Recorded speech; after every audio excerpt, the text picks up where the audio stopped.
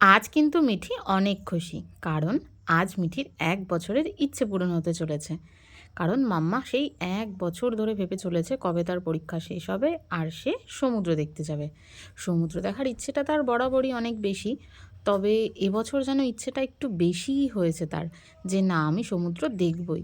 তো যেমন ভাবনা তেমন কাজ, মাত্র একদিনের ডিসিশনেই আমরা সবাই মিলে চললাম পুরী। কারণ কাছাকাছি সমুদ্র ভালোভাবে দেখার মতন পুরী বিচটাই ঠিকঠাক, কারণ দীঘাতে গেলেও সেভাবে এনজয় করতে পারবে না, যে কারণে পুরী যাওয়ার প্ল্যান। তো আমরা এখন আছি দাইহাট স্টেশনে, আমাদের ট্রেনও যথারীতি চলে এসেছে। তবে আজকে এমন অবস্থা হলো শুরু থেকেই জার্নিটা, 10 বছরেই প্রথমবার আমি দাইহাট স্টেশন থেকে সিট পাইনি।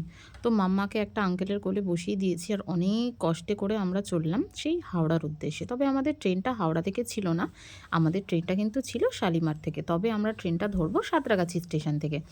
তো আমরা সবার প্রথমে সাঁতরাগাছি স্টেশনে 2 নম্বর প্ল্যাটফর্মে নেমেছিলাম। তো যথারীতি আমাদের 1 নম্বরের ট্রেন বলে আমরা 1 নম্বরে এখন আসছি। এখানে বসে খাওয়া দাওয়াটা কমপ্লিট করে নেব, কারণ আমাদের ট্রেন অনেকটাই রাতে, তখন রাতে উঠে খাওয়া দাওয়া করতে একটু সমস্যা হয়ে যাবে। তো স্টেশনে খাওয়া দাওয়া করে একেবারেই ট্রেনে উঠে পড়ব। তো ট্রেন 10 মিনিট মতন লেট করেছিল, খুব একটা বেশি লেট করেনি।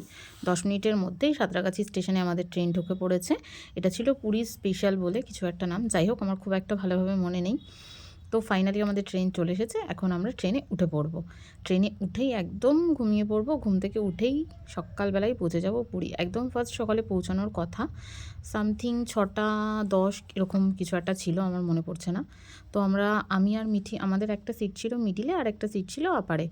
তো আপারটাতে আমি আর মিঠি দুজনে মিলে উঠে পড়েছি। দুজনে মিলে আমরা ওপরে শুয়ে পড়বো, আর ওর বাবা মিডিলে শুয়ে পড়বে। তো এখন বাজে 6টা 15, আমাদের ট্রেনটা 10-15 মিনিট লেট করেছে, কারণ প্রথম থেকেই 10-15 মিনিট লেটেই ট্রেনটা চলছিল। তো আমরা এখন ঘুম থেকে উঠে ফ্রেশ হয়ে নিয়েছি, মুখ টুক ধুয়ে এখন একটু চুল টুল বেঁধে নিচ্ছি, কারণ এক্ষুনি আমরা নামবো, কারণ আমাদের ট্রেন এখন পুরী স্টেশনে ঢুকছে। তো মাম্মা বারবার জিজ্ঞেস করছে আর কতক্ষণ লাগবে, আর কতক্ষণ লাগবে। সারা রাতটা যথারীতি ওর কেটে গেছে, তবে সকাল হয়েছে পর থেকে ওর আর সহ্য করতে পারছে না কখন পুরী স্টেশনে সে পৌঁছবে। তো বারবার ট্রেন দিয়ে বাইরে দেখছি, আর বাইরেটাতে আজকে প্রচণ্ড কুয়াশা পড়েছে, যে কারণে ট্রেনটা খুব আস্তে আস্তে চলছে।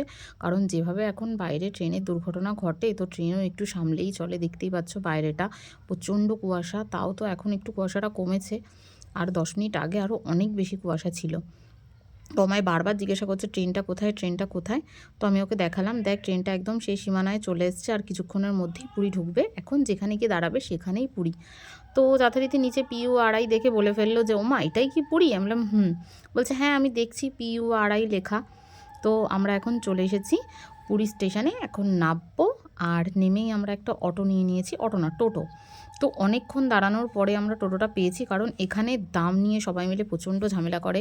দুজন মানুষকে নিয়ে যাওয়ার ভাড়া খুব বেশি হলে 100 টাকা, ওরা আগে থেকে 1000 2000 3000 কত যে ভাড়া চায় তার কোনো ঠিক ঠিকানা নেই। শেষমেশ আমাদের একটা গাড়ি ঠিক হলো, তারপরে আমরা গাড়ি করে একদম পুরী বিচের কাছাকাছি চলে এসেছি।